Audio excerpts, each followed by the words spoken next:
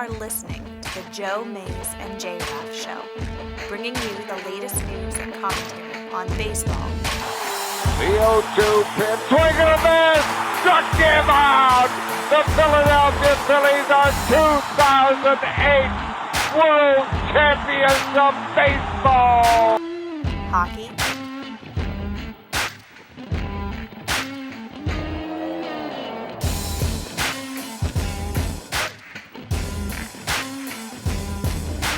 college football, The Big Ten championship lies on a measurement. Did he get it? No! He didn't get it! Penn State home! They brought back the fun, they brought back the excitement, and now they've brought back a Big Ten championship. The Penn State Nittany Lions are Big Ten champions. and the NFL. 1:16 to go, 41 yards. Cardona down. Skowski. 6 titles, 9 appearances. How about the drive to go close it out? You see Tom Brady. Enjoy him, folks. You're never, ever going to see it again. Not in our lifetime. Nope. So here's Zerline, part 1, 48 yards. And we'll end it. No good. The rain continues. Yes, it does. They've got to snap it one more time. The ball will end up in the hands of Tom Brady on the kneel down. And there it is. The dynasty continues. Now, here are your hosts, Joe Mays and Justin Raffoff.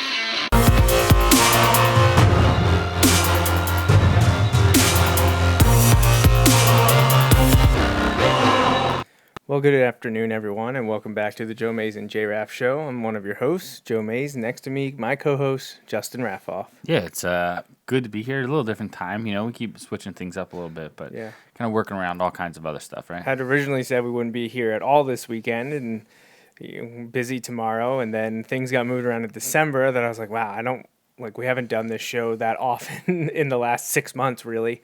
I would like to talk a little college football or NFL. And I was like, well, maybe we do Saturday afternoon during the Penn State game, right? What could go wrong there?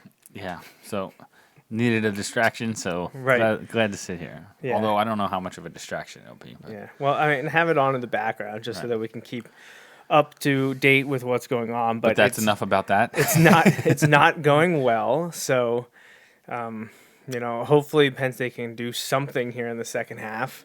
They were down 14-0 at halftime. Immediately gave up a touchdown on the Ohio State's first drive. Now it's 21-0. But they also gave up an early touchdown the first half, and then they played reasonably well defensively for the majority of the rest of the half. And honestly, the offense early on had moved it. They got a few, and then, would sputter once they get into territory. And I understand not wanting to go for it. Some of them were long, yardage situations. And you don't want to give them the great field position. And honestly, for the most part, it paid off to go back and, put it back on your defense and let them kind of try and get you the ball back. But offense was never really able to get it going in the first half, down 21. Obviously, if they don't get it going in a hurry here, it's going to be out of reach. It's going to get dicey. Yeah, it may be out of reach already. You're playing one of the best defenses in the nation. Statistically speaking, one of the best defenses in the nation with the best defensive player in the nation coming back off of his rest for a couple weeks. It's also at home. Right. You're on the Penn State is on the road, so there wasn't a ton of expectations. No. The spread was anywhere from 17 to 19 points, I believe. Right. And the biggest question I heard was just can Penn State keep it close? Basically, can they cover or not? And right now they're not. Right now they're not. But so I'd love to see them climb back in it. Keep it competitive. But that's the thing. Dating back to when Franklin came here in 2014, every game was close between the two teams. If you count the 14 or 15, Tommy Stevens is hurt. Tommy Stevens? Not Tommy Stevens. Well, Tommy Stevens might be hurt. Sean Clifford's hurt? Yeah. Well, Will Levis will have to step up then. Yeah.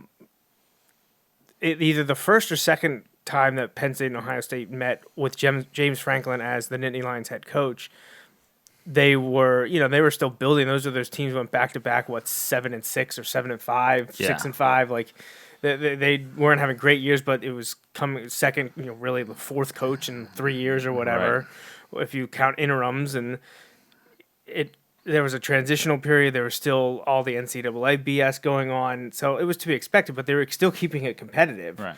And only one game got out of hand, but that was after Penn State went for it on 4th and goal. Right.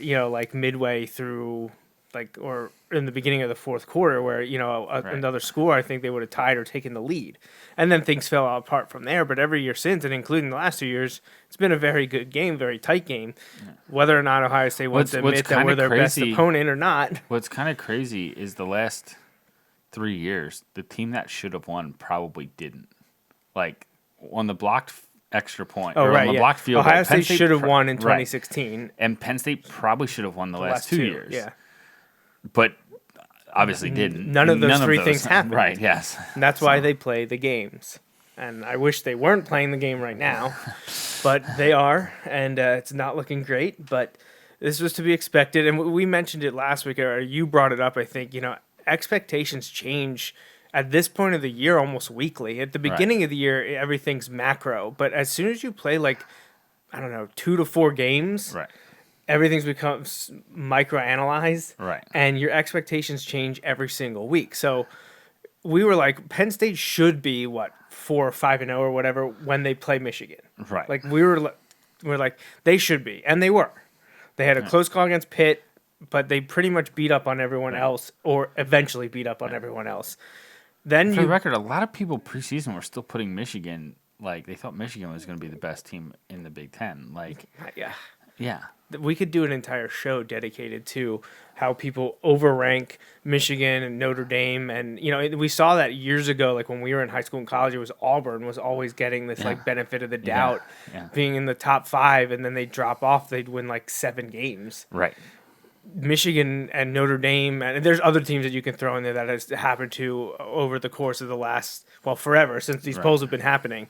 But there's always these teams that get the benefit of the doubt, and everyone just kind of wonders why. And the last 2 or 3 years, it's been Michigan. Right. And I don't know. I mean, now you see Michigan loses 2 games, one of them to Penn State, that they nearly came back and won, but didn't. And then all of a sudden they start playing better. And now everyone's back like, oh, yeah, they're the team we thought. Well, what happened in the middle of the year? Right. Like, what was that about? Right. But when you lost to an Army team that's not as good as last year's Army team, or didn't lose to, but you went to, double overtime against I was an Army team that, Yeah, an Army team that's going to lose to Navy in a couple weeks. So it kind of looks that way, but we'll see. We'll see. I can hope. Got to get back in that W column. It's been a few years. So. It has, yeah. I mean, it had been 16 years straight before the last 3. Okay, so. yeah. Well, we didn't have to go that far. I'm just picking out the stats that support what I want to say. Yeah. All right. So. Well, Will Levis is in. So Sean Clifford, did you see what happened? I missed it. It looked like his leg because they put him on the bike over on the side. So because they put probably him on the bike, tweak. So he's probably okay. But I think he had fumbled the snap. And it was an attempted recovery. And he recovered it, but was scrambling, and that's what he got the ball off the left Freiermuth, I think. But I think we jumped. I think that was a false start. But whatever. Don't think they called it. We'll take it. Yeah. First down. There's still hope. Yeah, absolutely. Hey, let's just anything that can drive happen down and get a score. Don't get shut out. That's the worst. That would be the worst. Okay, but let's get back to the expectations things, because I think we talked about Penn State on one of our shows in July. Yeah. And we went through it, and what we said, we both expected them at 9-3. I think so. And even if they lose this game, they still have a chance, and most likely will be. If they're not, then we've got issues. 10-2. Right. Yeah. And I think I told you this, and I saw it somewhere. I obviously didn't do the research on this, but Penn State has a really good chance to get to 10 wins again this season. All right. So they should win 10, get to 10 next week. And when they do that, they should, they should obviously already be there. If they don't get to 10 this week or next week, I'd love for them to get there this week. I don't think if they don't get there next week. If they don't get there next week, there's big problems. And But I look at it this way. In terms of getting to 10 wins, the bowl game should be more winnable if they lose next week. So they could, in theory, still get to 10. Right. Yeah. However, the can't lose to firestorm that Rutgers. would ensue on a Rutgers loss would create lots of havoc. So it would be tough. However, they're on the verge of winning 10 games. I'm not saying this week, but again, looking in macro, they're on the verge of winning 10 games for the third time, or 10 or more, for the third time in 4 years.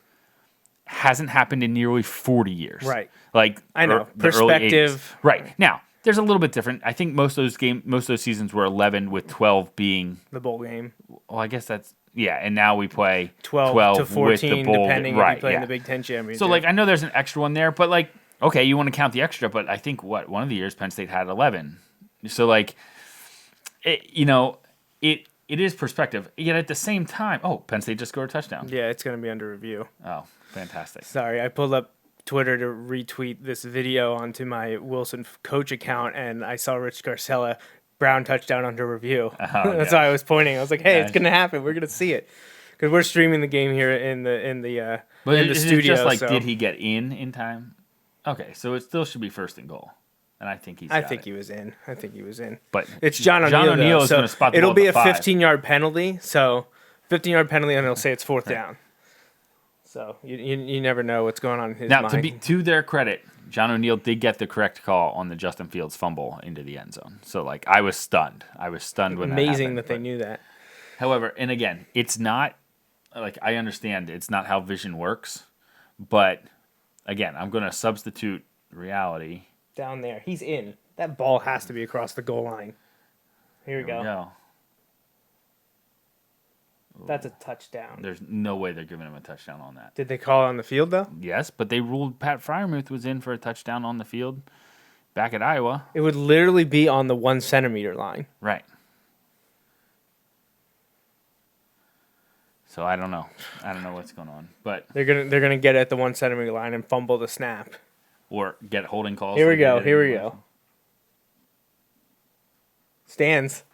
Touchdown. There goes the shutout. Hey, we covered. Hooray. Not that means anything. I don't bet on sports. So But, hey. just it looks good. Optics, right? All about optics. Hey, maybe let's get Journey Brown the ball some more. 2 back-to-back 100-yard games, and now he scores the touchdown here, but we'll see. But anyway, back to the expectations. Yeah, so well, we both said in the 9 grand and scheme 3. of things, okay, let's just for the sake of the discussion, let's assume a loss today, and let's assume a win next week. So 10-2 regular season, which is 1 game better than we both expected. right? And possibly a New Year's Six bowl, depending on how things shake out. Right. Especially if they can keep this game close. I say close. If they can cover in this game, if they lose by 2 touchdowns, I think that would be enough. I think they need to keep it to 10 or less. Because I don't see. Yeah, but here's the thing. I think Ohio State is going to win next week against Michigan. I think that's going to be a good game, though. I think that's going to be a really good game. Where is it? It's in Michigan. So I think that's going to be a good game. But I think they blow the doors off of anyone they play in the Big Ten championship game. It would be a 2-loss Minnesota with getting a blowout loss to Ohio State. Wait, why would it be a 2-loss Minnesota? Oh, you mean for the New Year's Six stuff? Right, for the New Year's Six. So I'm looking, they got to beat Wisconsin next week. Minnesota. No, I know. Or Wisconsin already has 2 losses. One of them to Ohio State, a blowout, and they lost to Indiana, they're not right? going to. They lost to Illinois. Wisconsin lost to Illinois. Yeah. Oh yeah, Illinois. Lovie Smith. Right. Yeah. We beat Michigan. Was it? Yeah. But so you look back, I don't think either of those teams gets a New Year's Six above Penn State. Now I'm not saying that there's other stuff that would have to happen, but I don't think it's out of the question if they can keep this game close. So that would be unbelievable. You know what I mean? That would be incredible based on the grand scheme of things. Again, in beginning of August, if you would have said this team's going 10-2 and has a chance to be in a New Year's Six game, well, right, I would have been like, oh my gosh. Everyone thinks this team is a year early. Right. They're not losing much next year. Yeah, but I start to worry about some of that because I think, what if the weapons do leave? Because KJ is a redshirt sophomore, I think. I think he can leave. and Freiermuth is not. He is a Yeah, true what's sophomore. What's with that? He did a military school or something? Well, he did a post grad year, so he's a year removed from. So it's like how the Hill School and all those schools have that post grad, like they have that. It's basically Grade like 13. Yeah, essentially. And never and heard all of these it. private schools up in New England have it as well, and that's what he did. He basically redshirted in high school. Huh. So he is Did he not play football that year? No, he did, because all those private schools up there allow it. Like, that's fine. Like, that's what they do. So the only reason I'm aware of this stuff is because when I coached water polo and we would go to Greenwich for tournaments, they would have two separate tournaments because we aren't allowed to play teams that have that 19, post grads, right? 19 or older. Right? Now, if they're a legit senior in high school, we're allowed to play them, but we can't play like just true post grads. Yeah, the kids who are like in that in between year. Well, they would have like two separate tournaments because all the other schools can play whoever they want, but like we can't because it was like a state sanctioned sport for us. Like, and up there it is, but like that's how all the private schools up there are. So they just include it because I distinctly remember the first time I ever went up there, one of the coaches came up to our head coach.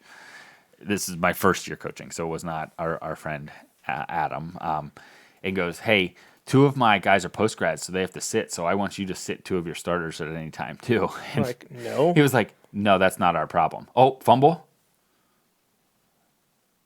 Yes. Lamont Wade. Oh. All right.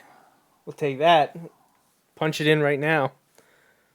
Then it gets interesting. And I love it because Who fumbled? it might have been the quarterback run. I couldn't really see. It was kind of like a madhouse. So Justin Fields, J.K. No, it was Dobbins has it. Right. Oh, good. And Parsons forced it. Right. Oh my gosh. And Fields couldn't recover it. Oh, how sweet it is. Yep. How sweet it is. Yes. Yes. Star running back forced fumble by your probably maybe best overall all around defensive player. Someone we saw play for 4 years. Yeah. In high school. Man. And now you have the ball inside the 15. Punch it in.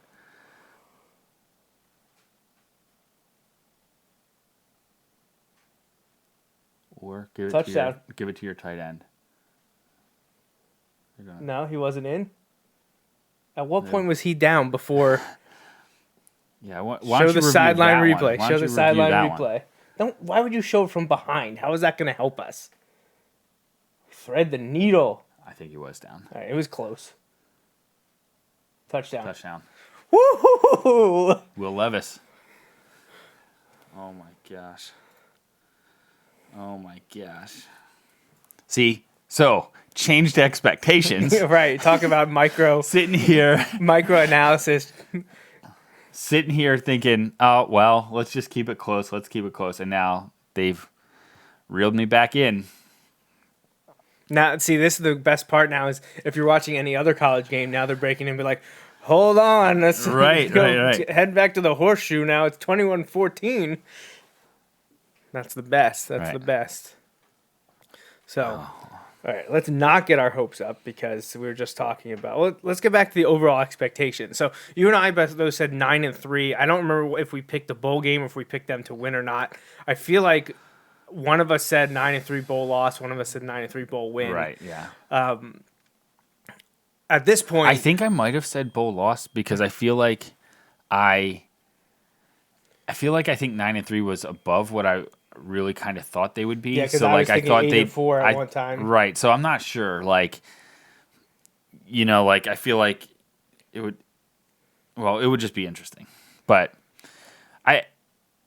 yes, expectations changed though because they went to 9-0, or no, they went to 8-0. Right. Yeah, they went to 8-0 going into the bye. And then, they're going to Minnesota, and Minnesota has a really good team. They do, but they were unproven, and Penn State played probably their worst game of the year. Like, they've had some bad halves. Like the first half against Buffalo was bad. like they've had some games where they just didn't put it all together. I feel like that's the story of the season. It's just not putting together a full game. And yet they've had, they were able to still be successful. But it's like we talk about this all the time. Like we talk about this in our other show a lot and all kinds of things. There's lots of things that don't matter when you're playing an inferior opponent. Right. I shouldn't say don't matter, but like can be overcome rather easily. Like when you're playing Buffalo and you're playing terrible in the first half and it didn't matter because you blew the doors off them like in the second half.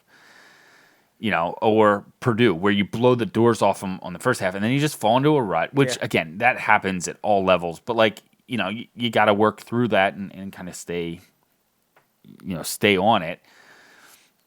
But, again, didn't matter because you were able to make it happen. You had better talent. But, when you're playing Minnesota, who's good? They're not. They beat us head-to-head. They beat us, so not really much we can say about that. I believe we're the better team. They have the proof. Right. It's one of those things where, if you play them 10 times, they win 3 or 4. I think is reasonable. Right. And it also comes into play home and away. Right. Do I think we lose that game at home? No. Probably not. Which, by the way, I already thought, I'm like, man, next year's home slate is pretty interesting because you get Ohio State at home, you get Michigan State at home, which Iowa would take. Or is there a rotation? I think Iowa will be at home. And maybe Minnesota at home too. See, college I don't know. is different to me because weird. Big Ten doesn't operate on an every other, right? It's like a 3-4 year cycle. Weird. So I don't know exactly what it'll be, but I'm just gonna pull it up right here, see what it says, because those have been well established for a while now. Right. Now they're showing the block kick return. Gosh, so you posted that side by side this week, and you were at the one on the left, and I was at the one on the right, and both those were insane moments. I'm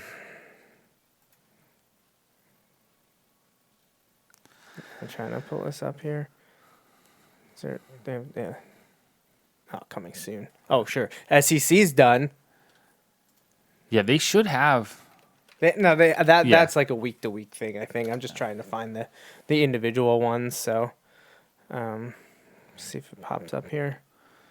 There's 2021, and there it is. I think we're at Virginia Tech next year, too, in our non-conference. Yep. Oh, tell Fernsler. So, yeah, Kent State's there because we were supposed to play San Jose State or something like that. They dropped us just in a month ago. Oh, really? They dropped I didn't realize us. that. Yeah, we were supposed to play San Jose State or someone like that. Oh, so next year's the year we're at Virginia Tech. Yeah. I so forgot we're at about Virginia that. Tech, which means we get Virginia Tech in 2 years. Yeah. And then San Jose State's right there. Oh, then I'm trying to Toledo? Someone dropped us, Okay. and that's where we got Kent State on there. So we host Kent State, go to Virginia Tech, host San Jose State. It might have been San Diego State. They must be doing some kind of rotation because we got Northwestern, and we didn't play them this year. So it must be a new cycle. Yeah, So we're going to lose someone like Indiana or Purdue or probably. So 3 of the first 4 at home. At Michigan already week 5. Right, but you only have 3 home games through the middle of October because of the bye. Right, at Michigan, then a bye. Then you host Iowa, host Ohio State. State. So Minnesota isn't on this No. next year. Go to Indiana, go to Nebraska, host Michigan State, host Maryland. Oh my and play at gosh, Rutgers. they fumbled again.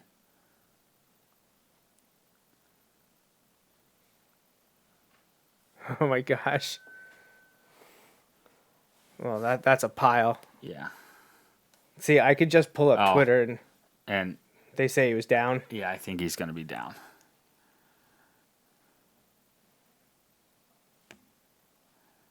They're pointing. Yeah, they're pointing. Penn State has the ball. Parsons has the ball. But the text I'm getting says it's going to be reversed, and then someone else said no way. So I don't. Fields might be down. Here we go.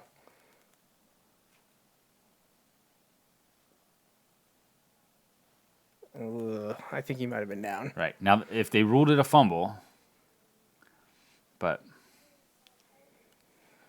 Well, and their quarterback depth has been questioned because their backup transferred. Oh, here we go. Yeah. Can you zoom in, Fox? Like zoom in. See, I think he's down. I think it was down before it started to come out. Right. I'll But take hey, it. I'll keep take ripping it. Get Right. inside their head. Well, yeah. And he's been shaking his hand now. Someone goes Pryor-esque even. How about that year, man? 2008. When he was crying on the sideline. Yeah. That was my Facebook profile photo until the Phillies won the World Series. I saw someone say they were like, I don't know. They were like, imagine if Pitt would have gotten, if Wannstedt would have gotten Terrell Pryor. I'm like, I don't think that would have ever happened. Like, Do you want me to ruin it? yeah, tell me. Play stands, Penn State ball. Oh my gosh.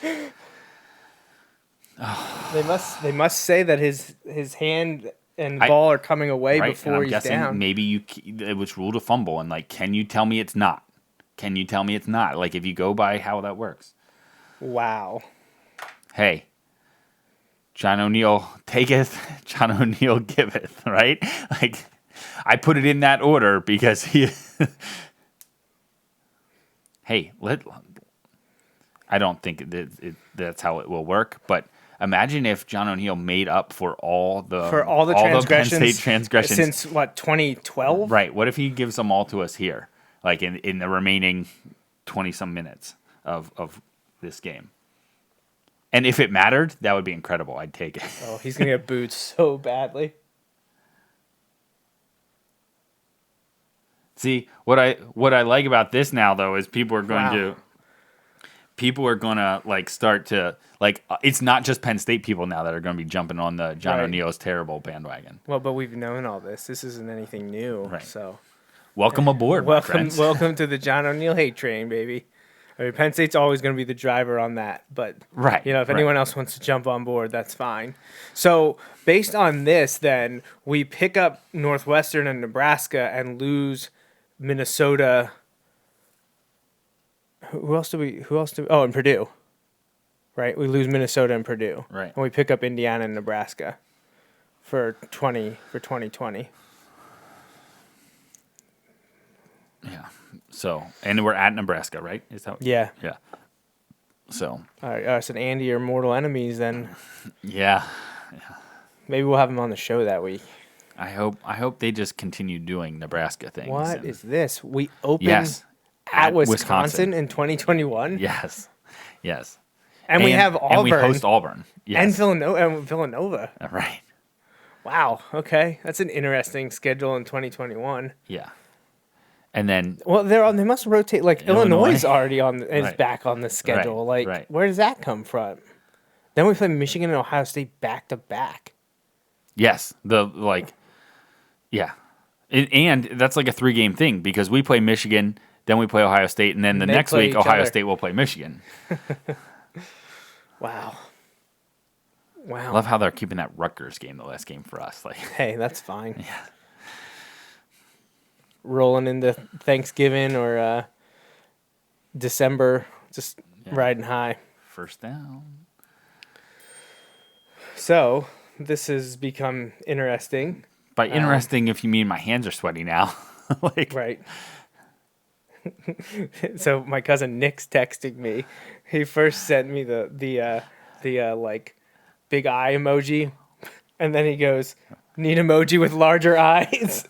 After the second fumble, and I told him, I was like, "We're broadcasting right now." He's like, "Just scream into the mic. It's good radio." Yes, this has been great radio as we are just watching TV as we're broadcasting. But pretty much anyone that is probably watching this is interested in Penn State football. Yeah. If you're listening to it after the fact, hopefully If this you- turns out really good for say, Penn State. If you aren't, you probably tuned out. Yeah, you but- probably don't care whatsoever. You're just like, yeah, I'm done. I'm done. Oh my gosh. So we'll come back to Penn State here at the end, depending on how things go. But I do want to touch on Drop the pass. NFL Week 12 here. Since we were happy to get back and discuss pro football last week, we have Week 12 on deck. Most of the teams have played, or maybe every team has played 10 games. Most teams now will be playing their 11th. There's a few teams on bye, and I believe this is the last week for the byes. So we get a full slate next week for Thanksgiving. Of course, we have 3 Thanksgiving Day and All 16 teams will be in action, though, in Week 13. But here for Week 12, everything's going to start off with... Wait, is there a Thursday night game? Yeah, Yes. there's a Thursday night game, right? Oh, it already played. That's why it's not listed here. Let's see. Yeah, because it was the Houston-Indianapolis game. All right. So the Texans beat the Colts Thursday night. You and I have an interesting dynamic going there because you had DeAndre Hopkins and I had Deshaun Watson. So Yes. I was happy that I was getting touchdowns. In your fantasy league, that screams parity this year. Yeah. Like, Everyone but one team is either 6-5 or 5-6, I think. Or I think 2, right? all but 2. Oh, Right, because- Terry's 7-4. Right, there's a 7-4. There are 5 teams at 6-5, and then there's 2 more. 9 of the 10 teams. We just went backwards on, so.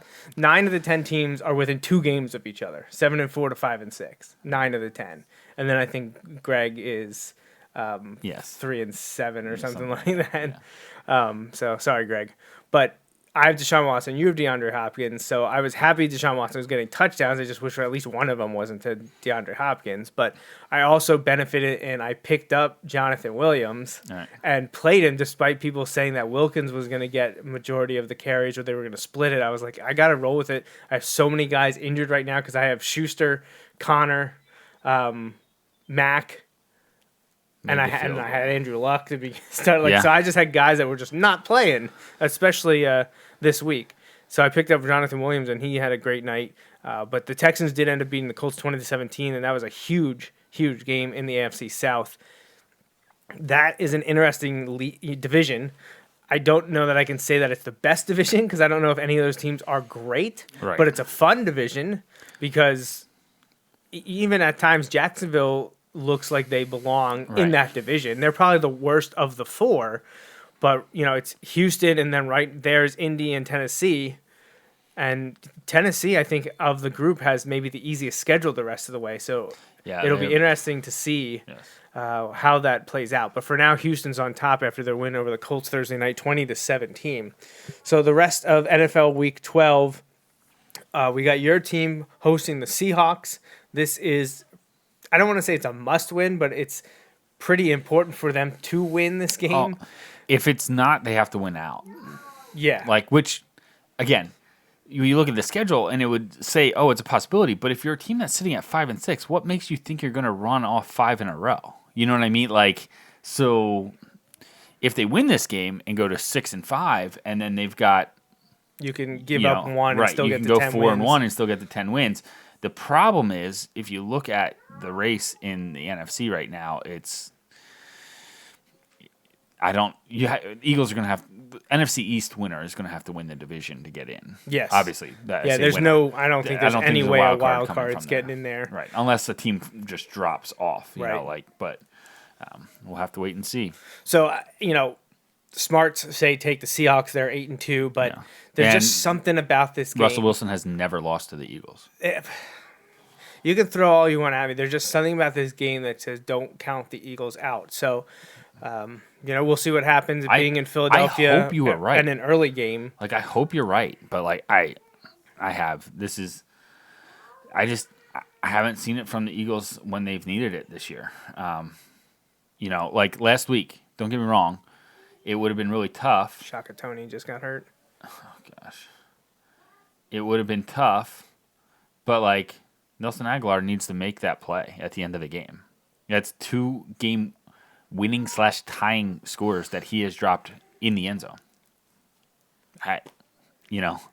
Bringing back that great meme of the guy rescuing the kids in the fire. Yeah, and I know people are like, oh, you're hard on him. And, it would have been an amazing catch. Yes, it would have been an amazing catch. You know why? Because he didn't pick up where the ball was until it was already behind him. Last I checked, he's a professional, and that's what he's paid to do. Right. So. He overran the ball, so I don't want to hear he had to reach behind him. Yeah, he had to reach behind him because he overran it. He ran a poor route. Right. He didn't make the necessary reads. Right. So we'll see what happens. Seahawks, Eagles, Sunday afternoon. Also Sunday afternoon, one of the worst teams in the NFL, the Redskins, host the Lions, who at times it looked like a pretty good team in the NFC first month North. of the season. Things have fallen off for them. Matthew Stafford out again. I would expect the Lions to win this game because even without Stafford, they've been a tough out.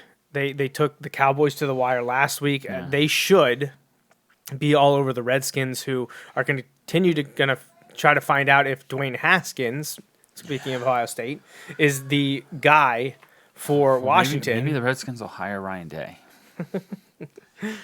Or also, the Browns or anyone in the NFL should hire Ryan Day. I think you would agree, right? yes, Even yeah, the Dolphins? absolutely, sure. No, I'm kidding. no. The I Dolphins- like we talked about that on I'm last a week's Brian show. Flores supporter. We talked about so that on last week's show. Brian Flores has earned his man. He's going to get it done. And it might take until his third year, in charge. But once Chris Greer and Flores get everything together and work these next two drafts and two years of free agency, I think they can be something in 2021. So we'll see how it works out. The one of the other surprise teams in the NFL this year, the Oakland Raiders, sitting at 6-4. If they can get over this East Coast early game, win this, they have a showdown with the Chiefs. Yeah, next week In Week 13. Yeah. So Raiders 6-4, Jets 3-7. Not a great year for Adam Gase's debut in the Big Apple, but hey, that's fine with me.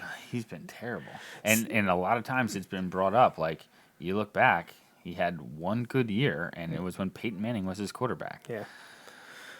And he was an offensive coordinator at the time. He wasn't even a head coach. But Panthers at Saints Sunday afternoon as well. 5-5 Panthers, 8-2 Saints. Saints bounced back last week after a surprising loss to the Falcons in Week 10. Panthers, though, they caught the Falcons at the wrong time apparently, and they fell to 500 after the loss to Atlanta last week. Carolina has not looked good the last month of the season after overcoming the injury to Cam Newton and kind of almost playing better without him. Right. They've come back to earth now, and it'll be interesting to see how things go with the Panthers the rest of the year.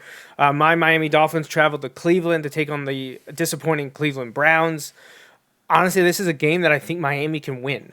I agree. I mean, I don't think they will or that they should. I think they can. Right. I mean, people will say, well, that's probably true every week. Yeah, you might be right, but I think at this point of the season, looking at it, Miami may not have a ton of talent, as has been, talked about a lot in the media.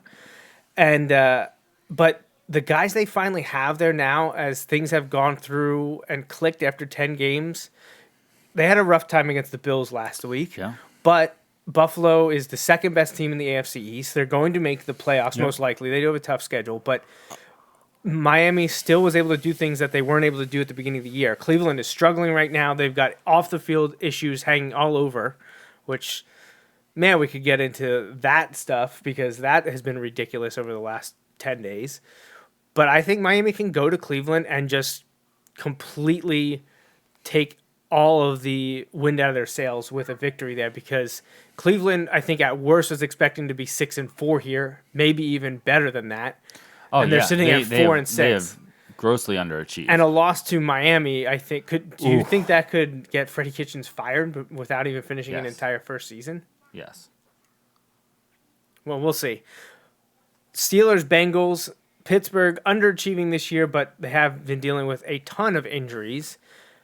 They play the Bengals, who haven't won a game yet and have the inside track to the number 1 pick. They will surely be drafting a quarterback. This game's at Cincinnati. I can't see how there's any way that the Bengals win this game, even with Pittsburgh suffering so many injuries and most likely without Connor, in addition to Juju Smith-Schuster and obviously Ben Roethlisberger. But the Steelers' defense, other than the weird meltdown against the Browns last week, has been playing very well this year. T.J. Watt has been outstanding. I just don't see how the Steelers don't win this Sunday afternoon game. Another disappointing team this year, the Bears. Now, they host the 2-8 Giants. Chicago needs to win this game if they want any chance at climbing out of the basement and either making it as a wild card or somehow barring a Packers and Vikings meltdown. They're sitting third in their division right now. Right. They're only, a half game in front of Detroit. Right. So, Detroit is going against Washington. Right. So Chicago loses, they now drop to 4th. Right. So I would expect the Bears to win this. I think they're a better overall team. They have a better defense. But the Giants, underdogs, they've played better on the road. At least they had when Eli Manning was the quarterback. Daniel Jones has been hit or miss, but he's a rookie. Right. They still do have Saquon Barkley, who did not have a good game last week. He'll look to rebound, and I expect him to do so. So I think that's a sneaky game for the Bears. They can't overlook the 2-8 Giants. No, I agree. We just talked about the Bills being maybe somewhat of a surprise this year. They're sitting at 7-3. They host the Broncos. Denver gave the Vikings all kinds of fits last week before collapsing. Denver, just not a very good football team. Buffalo should win this one easy, you would think. And with the games that are on the horizon, they need to. And get this win, they get to 8-3 with 5 weeks to go. And they would almost be, you would think, would be guaranteed double-digit wins. Yeah. And I think they're off to their best start in 20 years. So Yeah, we've seen them get off to a couple early hot starts and then fall off quickly. yeah, I think a few years ago they went 4-0 or something and right. finished the season 7-9. Right. So it's here. And this Buffalo team, that defense is for real. But yeah, we'll see. Yeah, what you missed in that time was it was a bad snap. Will Levis got sacked at the 1. They reviewed it, did not give Chase Young the safety, which it wasn't. But Okay. then they just ran on 3rd there. And that was a flag. False start. So Buccaneers, Falcons. How about we don't just put a single tackle out there to try and block Chase Young? Right. Buccaneers, Falcons, both teams 3-7, but Atlanta has won 2 in a row and is trending the right direction, whereas Tampa Bay is just kind of middling and they play really well some weeks and then they play really bad. This is a perfect example of the game where the winner loses. Yeah, right? because neither team is making the playoffs. Right, but you're hurting your draft stock here. But Atlanta may be playing for Dan Quinn's job. So if they like Dan Quinn, I guess they want to keep winning. And Jameis Winston is playing for his, but he's probably not playing for his job in Tampa. I find it hard to believe he's in Tampa next year. So that's the last 1 o'clock game. With the way they're playing, I favor the Falcons in that one. Just 2 evening games. Jacksonville at Tennessee. We mentioned how Tennessee is going to be sneaky in that AFC South. They have the easiest schedule of that group. They have to win this home game coming off of a bye and the high of beating the Chiefs 2 weeks ago. They need to dispatch the Jaguars here. Jacksonville did not look good last week against the Colts. They got beat up pretty good. But, again, they're a team that I wouldn't want to be playing if I needed a win to continue the hopes of my season to continue in January. And Tennessee absolutely needs this victory over the Jaguars. And a victory over Jacksonville probably knocks them out of the division race, I would think, because Tennessee would have 2 games up on them. But you never know. That AFC South is very, very interesting. Yeah. This So is game of the week right here. Game of the week. Honestly, the Sunday night game to me is probably the game of the week. You're right. You're right. But I know eyeballs in and NFC East, in media optics and the narrative surrounding it, Dallas at New England is a huge game. Dallas is 6-4, lead the NFC East. New England 9-1, leading the AFC and AFC East. Tom Brady jumped up on the injury report. Did you see that? yeah, What's that elbow is about? questionable. There's 0%. There's no way he chance doesn't misses play that this game. So, I expect the Patriots to win this game. They had that really bad game against Baltimore a couple weeks ago, but I don't think there's any indication that Dallas is on the same level as the Patriots, so I'd expect And New England Leighton to win this Vander game. Esch is out again. They talked about watch the running backs out of the backfield, just nickel and dime the Cowboys to death here. I'm all for You're that. okay with actually, that yeah. for this week. The game of the week, to me, is the Sunday night game. Green And Bay this- at San Francisco. Yeah. Packers 8-2, 49ers 9-1. It's in San Francisco. This has huge implications for NFC seeding. If you're looking ahead that much. Now, I believe San Francisco has a brutal schedule. Yeah. They played Seattle 2 weeks ago.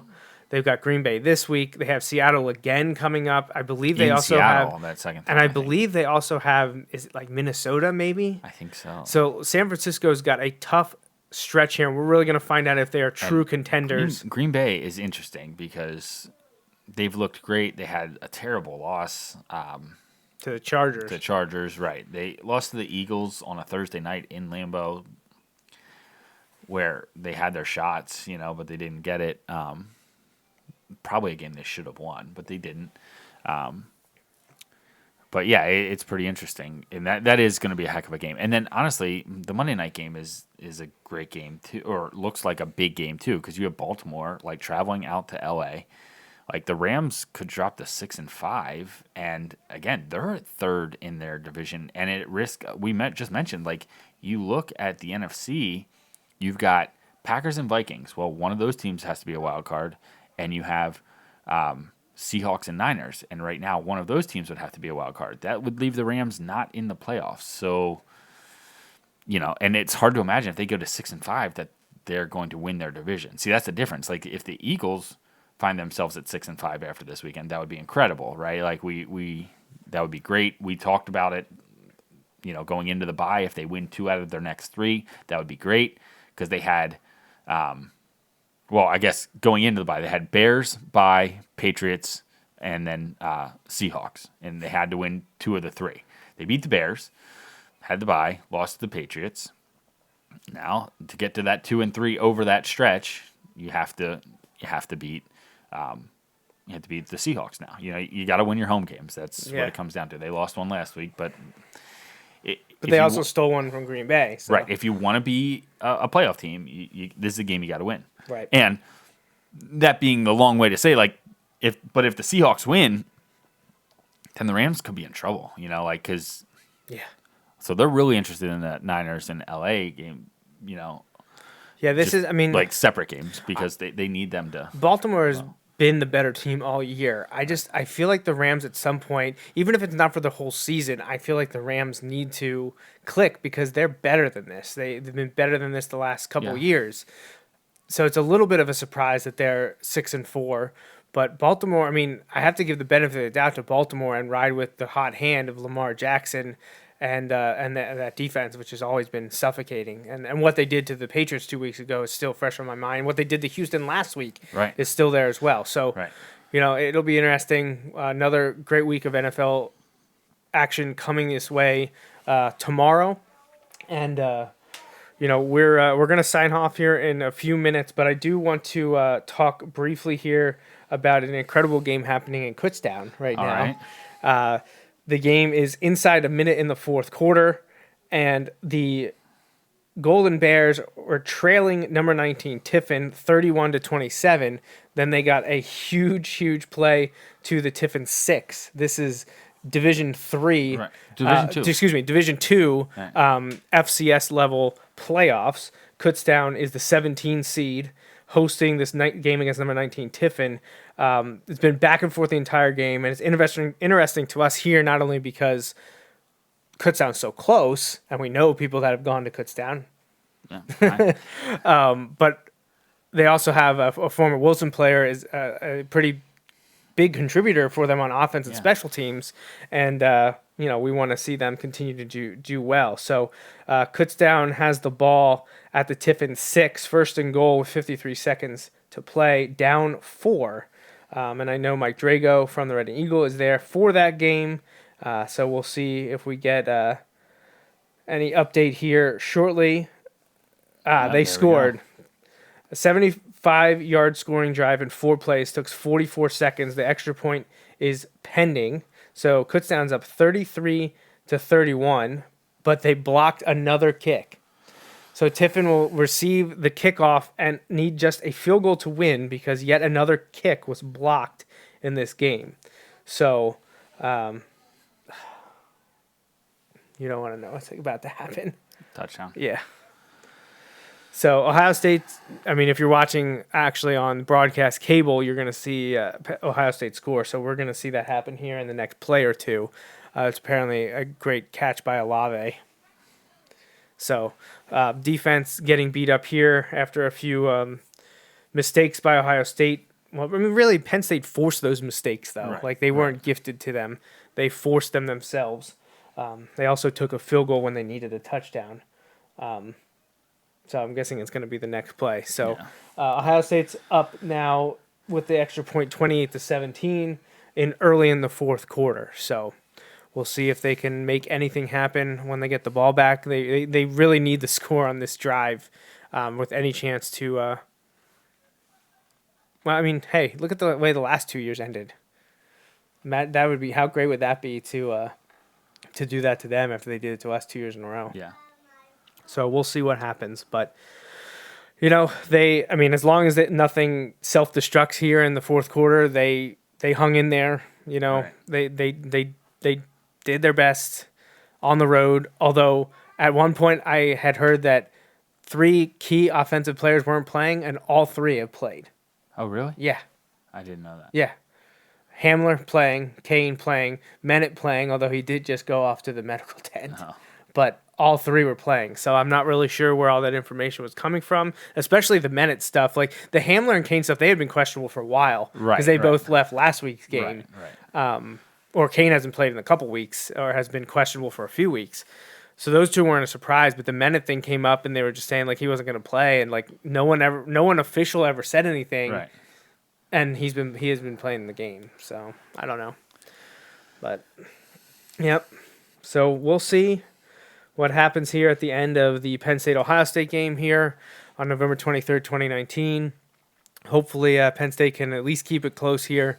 Maybe the offense will get something going, and they can make it a ball game in the fourth quarter as it's been the last 3 years. To be honest, and like you said, hopefully they can avoid the wheels falling off here in the fourth. But at the same time, like, again, the first half was uninspired, but it wasn't like they were just terrible. Like they moved the ball. Like I said, they moved the ball a little bit early on, just couldn't get on the board. But, it's one of those things where I don't really know what. Well, the problem is like I watched this team like today, and I'm like, there's nothing happening today that I'm like, oh, like where's this coming from? You know what I mean? In terms of a problem, like. Well, that's kind of what it was, though, at Minnesota, because the defense had been playing so well all year. For them to get torched like that was kind of like, oh, okay, what's going on? Right. And no one can be like, well, you didn't play anyone, because that wasn't true. Right, and that's like what I'm getting at. Like there, it's like, where's this coming from? Like how are we just letting guys go unguarded straight down the field for touchdowns? Like that can't happen. Today it's like, when Ohio State's doing it, they're just making plays. Like they're making plays and we're not. Now, there was a stretch there, obviously, in the third quarter where Penn State was making the plays. And I'm glad to see that they fought back because we know it can get out of hand in a hurry. And there's still 13 minutes left. Yeah, 13. It could get out of hand here. But they have to answer. They have to stop the Ohio State momentum, and they need to answer on this drive. I would love to see them, fight here, finish out strong here. And even if they can't come all the way back, like, again, I know we don't want to talk about moral victories, but again, when you look at it, I think in the big picture, it's a team that isn't like, while there are deficiencies and things they need to get better at, it's not all doom and gloom. You know what I mean? Like, and I think that's tough to do when you just give up. And that was a ridiculous catch by Olave. That was a great catch. But I hate the Buckeyes. The chance to go 10-2. Let me tell you, my friend, sitting in the student section there is a real blast as Anthony Morelli throws 2 pick sixes in a game you should have won. Talk about defense playing well. Offense was awful. Offense gave up 3, at least 2. I mean, obviously. Yeah. I think they might have given up 3, though. They might have. There might have been a special teams in that. I don't even know. But, was that 07? Yeah, probably. 06? So I was at home, but I went out and stopped at I was Pittsburgh living in Indiana, I'm thinking. Yeah, it was not fun. And it rained. Because then 08 was Darryl Clark. Right, and I was not at that one. Yeah. Wait, I'm trying to think. No, I don't think I was at that one. Maybe that was 06 then. Oh, it would have been 06. It had to be 06. It was fall of 06. Yes. It had to be 06. I was at Penn State. I was a senior. I was my senior year. Yes. Because you went to Duquesne. You jetted over. I was out. So I went to Duquesne and met up with friends and went back. Right, that's right, yeah. So, all right. Well. Oh my goodness. That should have been picked. I don't know how it wasn't. Good thing it wasn't. Yes. KJ Hamler, thank you. Is Levis still in or is Clifford back? I think it was Levis, yeah. I gotta see he rolls this out. here. Like, I thought it was picked for sure. Like, he just like... Wow, yeah, how is it not picked? He must not have seen it, because, like, he never really got his arms up for it, I guess. Good. Which I understand. Like, if you're running with KJ Hamler, like, I understand how you may not know where the ball is at all times. Like, I get that. Already flipped the field. Like, you already know that you're going to pin them inside the 20. Like, unless you turn it over, Right. this should be pinned inside, unless you go Right. for it on fourth down, I guess. Right.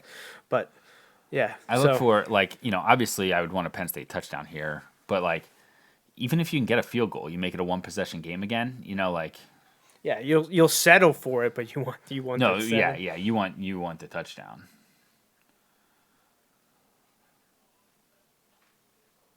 Cut up field, there you go. First down. How about Journey Brown? Unseating a former, like, 5-star. 5-star recruit. Yeah. And, you got 2 And 4-stars and- breathing down your neck Right. for playing time. Who have done well. Like, Yeah. I feel like Noah Kane, until the injury, and Devin Ford has been solid. He's had his moments. And the thing with Devin Ford, he came in the summer. He Right. didn't enroll early. No, Noah Kane's was been a there, little yeah. bit- But Journey Brown, small town Pennsylvania kid, Meadville. right, ran for 700 some yards in a high school game. And 10 touchdowns in Right. one game. Right. Yeah, Did not you- a season, not a No, postseason, 700 a yards in single 10 game. A 10 single touchdowns. Wow, that's a pretty good senior year. That was one game. That was one game. Game. Yes. Speedster, a very, very good breakaway Yeah, speed. Was so a track star. It's fun to see him really develop. There was a story. Did you read Audrey's story? I haven't read Oh, it yet. it's great. No, Did you but see my tweet? I tweeted at her again. Yes, I was yes, like, and that's what drew my attention to you're it. the reason that like I subscribe to the Athletic, It that's is. no disrespect. And I said this in my tweet. Right. This is no disrespect to Chris Perkins, who writes Right. the Dolphin stuff, or Matt Gelb and Montemuro, the Phillies writers. So we've talked about this a number of times. Charlie O'Connor, the Flyers guy. We've talked about this a number of times. Like, we don't really stump for a lot of other things like Yeah. that. Like, and to be honest, in the other show we kind of do when we talk about the other high school football, like not the other, not the high school The football high school writers, team, yeah. because they do an awesome job covering a sport that we like to follow, and like it's a lot of fun to watch, and it's a lot of fun to follow, and they provide great coverage. You have so many choices for your coverage For college and pro. sports. The Athletic is so worth it, though. Especially if you're a big time fan, because if you're a big time fan and you want in-depth coverage, like the stories about the background stories on the players and things, it's just incredible and it's a lot of fun. So I Yeah. highly recommend. Yeah, it's like it boils down to like $4 a month or something like that. It's like not even $50 a year. And that maybe that sounds ridiculous to you, but if you want good coverage, you have to pay for it. That's why Right. newspapers and magazines are failing, because Right. people can get stuff online and there's social media. But if you want good writing, both like statistical and analytical based, and then also with the the player pieces, the coach pieces, the Athletics, where to get it. And if you're a Penn State fan, you Just absolutely threw a pick. Tried to throw it over a crowded middle, like jump pass style, and like, yeah. Defense got to step up. Yep. So yeah, but definitely check out the Athletic and get a free trial, and definitely read Audrey Snyder's stuff. Her Penn State coverage is really, really good. So, all right, well, I think that's it here for episode 286. We will be back in 2 Sundays, so really technically 3 Sundays, but two weeks and a day from now. We're not here tomorrow, busy. The next Sunday is the football banquet, so we're not going to be around. It got moved to the 1st, so you will hear from us on the 8th. So Sunday, December 8th, there will be a show. So we will cover Week 14 of the NFL season, and a lot will have come into focus that day. The Dolphins will have beaten the Browns and the Eagles by that point. So, and we'll be working for a 3-game winning streak. To get that 15th overall draft pick. God. I know. That's like me. I'm like, entering the year, I'm just beat 3 teams this year. Go 3-13. So who's the other team they have the first rounder from this year? Is It's the Houston? Steelers and the Texans. Steelers and Texans. Yeah. And their own? Yeah. Oh my gosh. Yeah. Oh my gosh. And they have 2 seconds, don't they? Yeah. And like 2 or 3 thirds, too. Right. And it's almost the same thing in 2021 Right, as well. right. They have they have Houston's first in that year, too. Right. So. Yeah, that's pretty insane. So you're rooting for those teams to fall off. Well, at one point it looked like the Steelers were going to be at like 3-13, Right, like it could have been and like now a they've top been 10 winning, pick, and I'm like, right. stop winning, stop, because you're like 2 top 5 picks. How funny or would it something be like if the that. Dolphins' actual pick ends up being like the worst of the 3 picks? It's not going to happen. That'd be but, great. like- I don't think it's going to happen. but can you that'd be- imagine? Like that would still be good. Like No. All right. All right. Well, thanks for joining us on episode 286 of the Joe Mays and J-Raff Show. We'll be back in 3 Sundays, about 2 weeks from now, for episode 287. Thanks for listening, and see you later. Thanks for listening to the Joe Mays and J-Raff Show. Tune in every Sunday for the latest sports discussions from Joe and Justin. Each episode is available live On Facebook Live. and can be downloaded or streamed on iTunes and SoundCloud. You can interact with Joe and Justin on Facebook and Twitter, and stay up to date with the guys at joemaysandjraff.com. The Joe Mays and J-Raff Show is part of the JMNJR Radio Network. For more info, visit jmnjrradio.com.